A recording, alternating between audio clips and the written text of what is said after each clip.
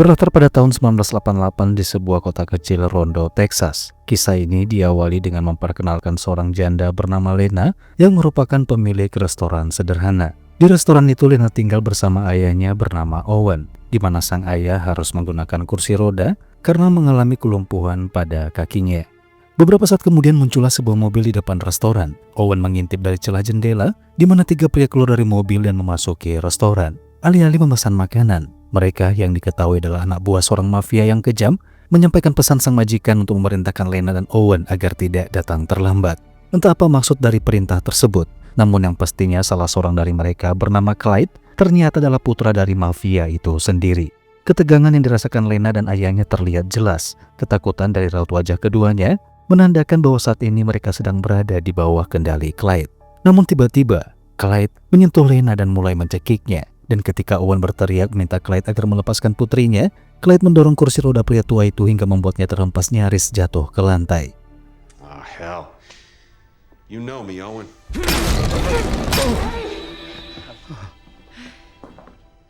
Tak berdaya adalah kondisi yang tepat untuk menggambarkan situasi Lena dan ayahnya. Sehingga di saat-saat tertentu, Lena kerap curhat di depan foto suaminya yang telah gugur di medan perang, di mana ia meminta agar sang suami mengirimkan malaikat penyelamat yang dapat membebaskan kota kecil mereka dari penderitaan sang penguasa kota yang kejam. Sementara itu kita akan diperlihatkan pada sosok mafia kejam bernama Jeremiah Whitfield. Ia tinggal dengan nyaman di rumah mewahnya dan tentunya dengan segala kekayaan yang ia miliki. Jeremiah adalah penguasa kota kecil ini. Saat Clyde akan berangkat kerja sebagai pengawas yang ditugaskan oleh ayahnya, sang ayah mengingatkan Clyde untuk selalu mengawasi setiap gerak-gerik warga agar jangan sampai ada yang buka suara tentang kegiatan ilegal yang mereka lakukan di kota kecil tersebut. Sementara itu berlokasi di sebuah pabrik bir yang merupakan kerajaan bisnis kotor Jeremiah, terlihat aktivitas para pekerja yang sedang membongkar barang dari dalam truk, di mana di tengah aktivitas itu seorang tangan kanan Jeremiah memaksa seorang pekerja untuk masuk ke dalam mobil, lalu segera membawanya pergi menuju kediaman sang mafia. Dan setibanya di sana si pekerja yang diketahui bernama Malves terlihat sangat ketakutan saat Jeremiah memberinya sebuah peringatan. Ternyata Malves ketahuan telah menghubungi seseorang di luar kota terkait kegiatan ilegal Jeremiah di kota kecil Rondo, dan tentu saja hal itu membuat Jeremiah terlihat begitu sangat marah. Di malam harinya terlihat aktivitas para pekerja di dalam pabrik bir milik Jeremiah, di mana pabrik bir tersebut hanyalah kedok untuk menjalankan bisnis perdagangan narkoba, di mana narkoba diselundupkan ke dalam kaleng minuman bir tersebut. Sehingga bisa diambil kesimpulan bahwa Jeremiah adalah seorang gembong narkoba yang menjadikan seluruh warga kota sebagai pekerjanya, di mana mereka dipaksa bekerja termasuk Lena dan ayahnya.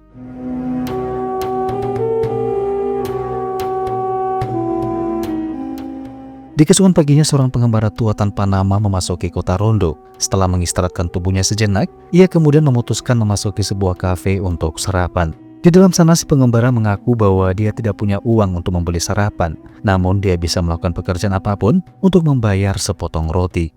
Sang pemilik kafe pun menjadi iba dan kasihan, sehingga ia mempekerjakan si pengembara untuk memperbaiki raknya yang kebetulan rusak.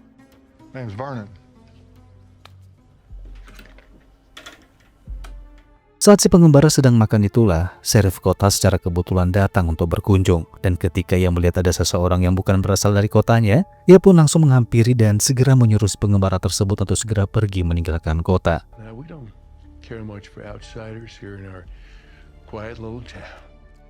Namun ketika ia melihat jaket tentara yang digunakan oleh si pengembara tersebut, serif pada akhirnya sadar bahwa pria tua yang ada di depannya dipastikan adalah mantan anggota pasukan khusus Amerika Serikat. Wajahnya pun kini tak lagi segarang seperti di awal. Bahkan ia mulai melunakkan ucapannya dengan meminta si pengembara agar segera pergi setelah menyelesaikan sarapannya itu. Namun setelah menyelesaikan sarapannya, si pengembara bukannya segera pergi. Ia justru mendatangi sebuah motel dan berniat untuk menginap di sana. Di dalam sana setelah mengetahui berapa biaya kamar untuk menginap satu malam, ia pun memesan satu kamar dan berjanji akan kembali lagi setelah mendapatkan sejumlah uang. Setelah berjalan menyusuri kota Rondo yang berdebu, si pengembara tua secara kebetulan melihat restoran sederhana milik Lena dan Owen, dan ia pun masuk ke dalam. Masih dengan sikapnya yang belak-belakan, si pengembara pun mengaku sedang membutuhkan uang dan memohon kepada Owen untuk memberinya pekerjaan apapun yang bisa ia lakukan. Beruntung Owen adalah pria yang baik yang sangat suka membantu, sehingga ia meminta si pengembara untuk memperbaiki pemanti kompornya yang kebetulan rusak.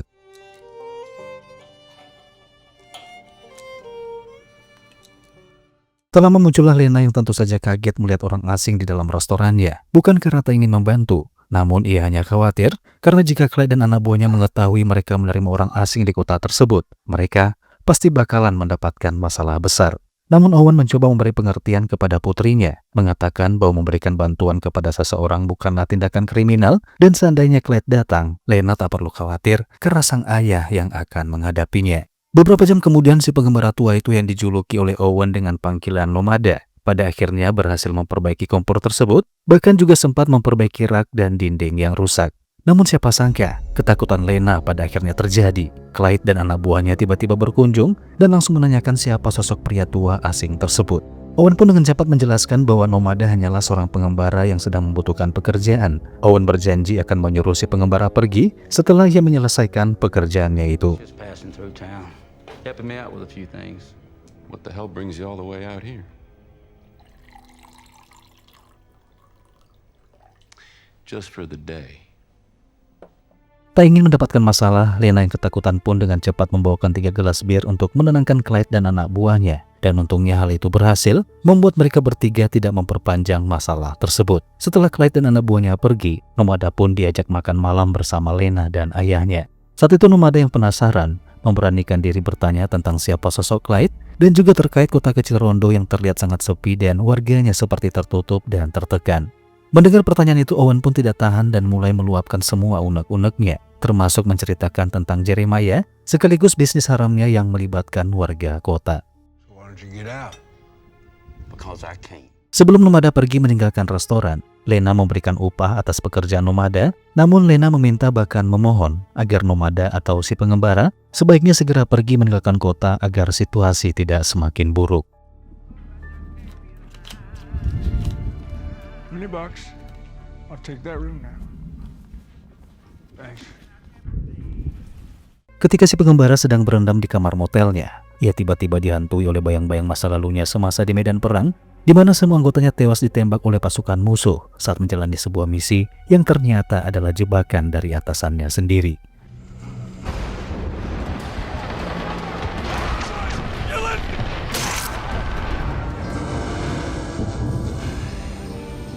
Keesokan paginya bukannya segera meninggalkan kota Rondo, Nomada justru kembali ke restoran Owen dan mendapatkan pekerjaan untuk memperbaiki talang air yang rusak.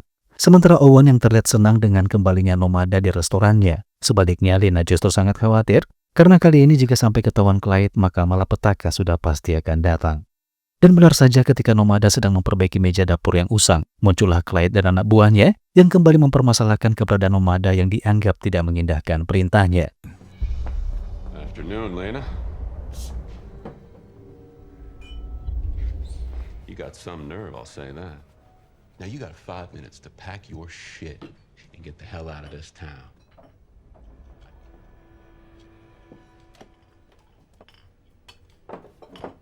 Needs his help for another day. I already just told you no. Well, I'm asking you nicely. Now, God damn it, Lana, what did I just say?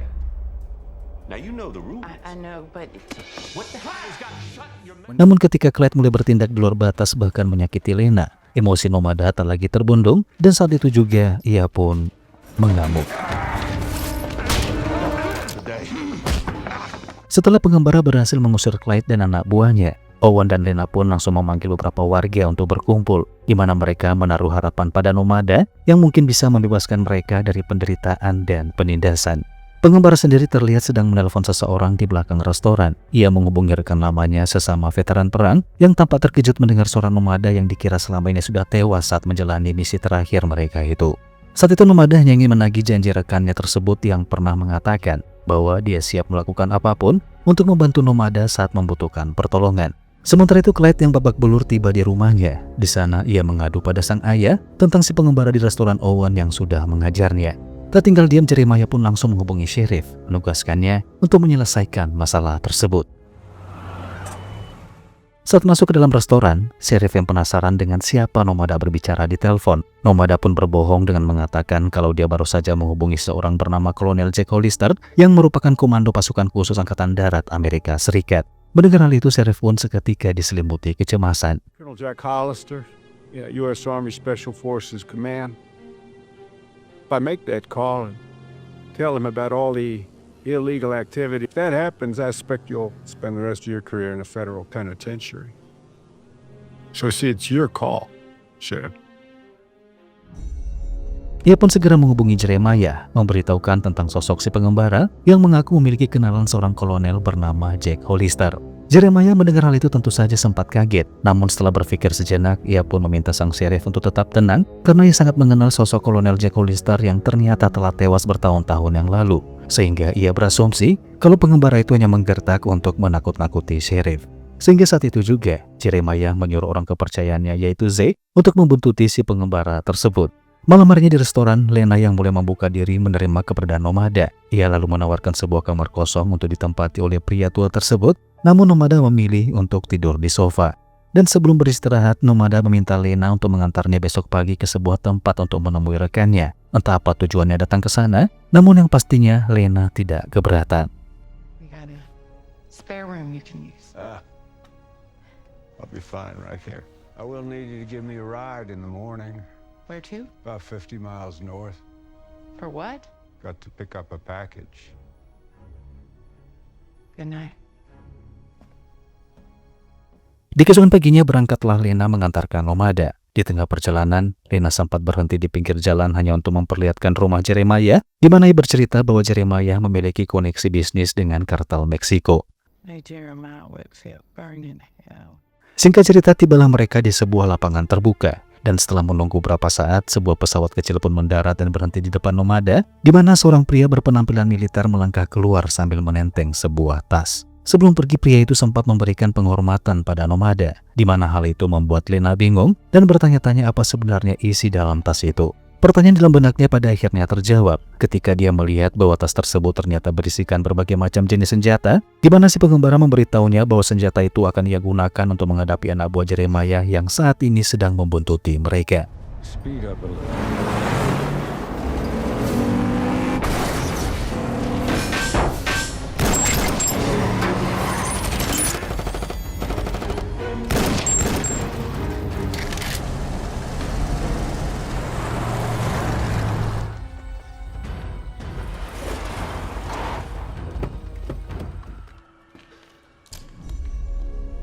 Di dalam bangunan terbengkalai, Nomada pun bergerak dengan presisi. Ia membalas tembakan sambil membimbing Lena agar tetap aman. Namun ketika menyadari keberadaan Lena mulai membatasi gerakannya, Nomada lalu menyuruhnya untuk bersembunyi dan memberi Lena sepucuk pistol untuk perlindungan diri, dan kemudian ia berhasil menghabisi salah satu anak buah Jeremiah yang mengejarnya.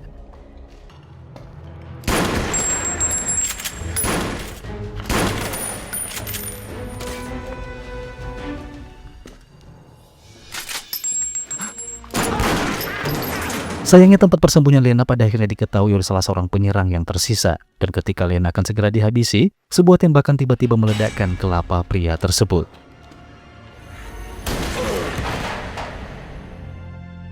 Let's get out of here. Saat malam tiba, mereka pun segera kembali ke restoran. Namun apa yang mereka alami selanjutnya ternyata lebih buruk dari apa yang mereka bayangkan. Warga kota ternyata sudah berada di bawah kendali Clyde. Tanpa membuang waktu, ia menyerang Nomada secara brutal, memukulinya hingga terempas jatuh ke lantai. Saat Nomada terjatuh, Clyde memanfaatkan kekacauan itu untuk membawa Lena pergi yang ternyata selama ini ia sukai. Zeke yang mengetahui hal itu mencoba memperingatkan Clyde, mengatakan bahwa itu di luar perintah Jeremiah. Namun Clyde sepertinya tidak peduli. Ia mengabaikan peringatan tersebut, bahkan mengancam Zeke karena dianggap telah mencampuri urusan pribadinya. Sementara itu, dalam keadaan setengah sadar, Nomada menyaksikan kengerian yang terjadi selanjutnya. Zeke menjalankan perintah Jeremiah, yaitu membantai semua orang yang berada di dalam restoran. Kota yang dulunya tampak aman kini berubah menjadi lokasi tempat pembantaian. Beberapa jasad warga dimasukkan ke dalam truk, lalu dibawa pergi untuk dibakar. Di waktu yang bersamaan, Clyde berkendara bersama Lena untuk membawanya ke rumah. Namun ketika anak buah Clyde kembali masuk untuk mengangkut tubuh Nomada, mereka kaget karena Nomada sudah menghilang. Tak tinggal diam, mereka segera berpencar untuk mencari tanpa menyadari bahwa mereka sedang memburu seseorang yang jauh lebih berbahaya daripada yang pernah mereka bayangkan. Dalam sekejap si pengembara muncul dan mulai menghabisi mereka satu persatu.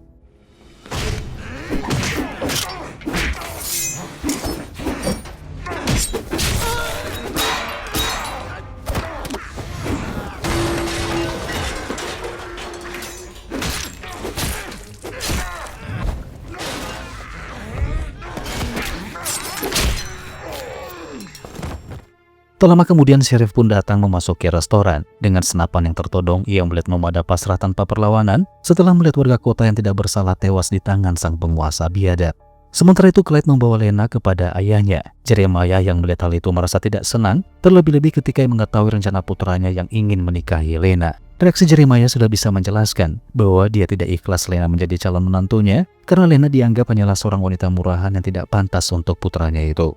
Sementara itu Sheriff membawa Nomada ke pabrik bir milik Jeremiah untuk dia serahkan kepada Zeke. Namun kesetiaan Sheriff selama ini pada akhirnya tak berarti apa-apa, di mana Jeremiah telah memerintahkan Zeke untuk melenyapkan semua warga kota termasuk Sheriff, hingga sang Sheriff pun dieksekusi saat itu juga. Sementara itu dalam mobil patroli, Nomada tak tinggal diam. Berbekal seutas kawat dan tekad yang kuat, ia pun berhasil membebaskan dirinya dari borgol yang membelenggu tangannya itu. Saat Zeke berjalan menuju ke mobil untuk menghabisinya, ternyata semuanya sudah terlambat. Nomada berhasil melarikan diri dan mulai menghabisi anak buah Zeke satu persatu.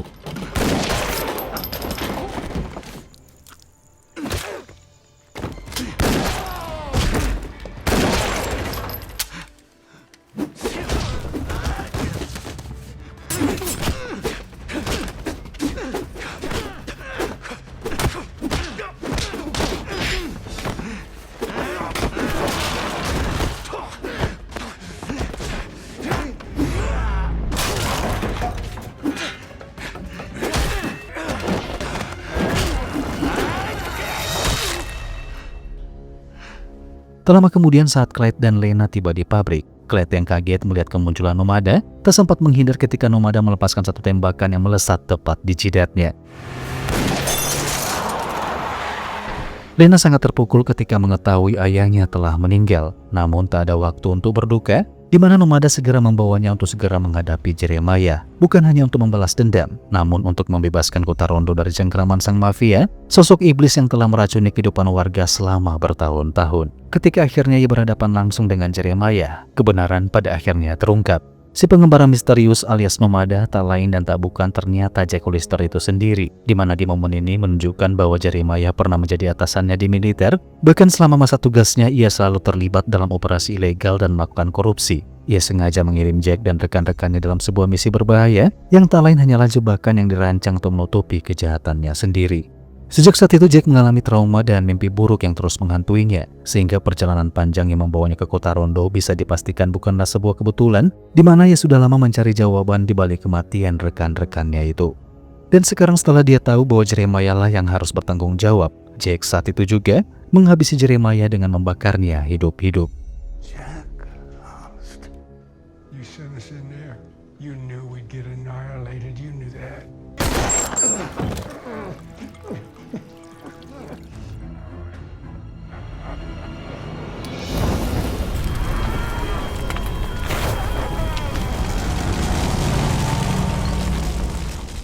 Masih di malam yang sama, Jack dan Lena memakamkan para warga kota termasuk Owen secara layak. Dan di keesokan paginya, Lena membawa Jack Hollister ke perbatasan kota dan bertanya kemana Jack akan pergi. Meskipun Lena sempat menawarkan agar Jack sebaiknya tinggal di Rondo, namun Jack menolak dengan mengatakan bahwa dia akan terus mengembara untuk mencari kedamaian.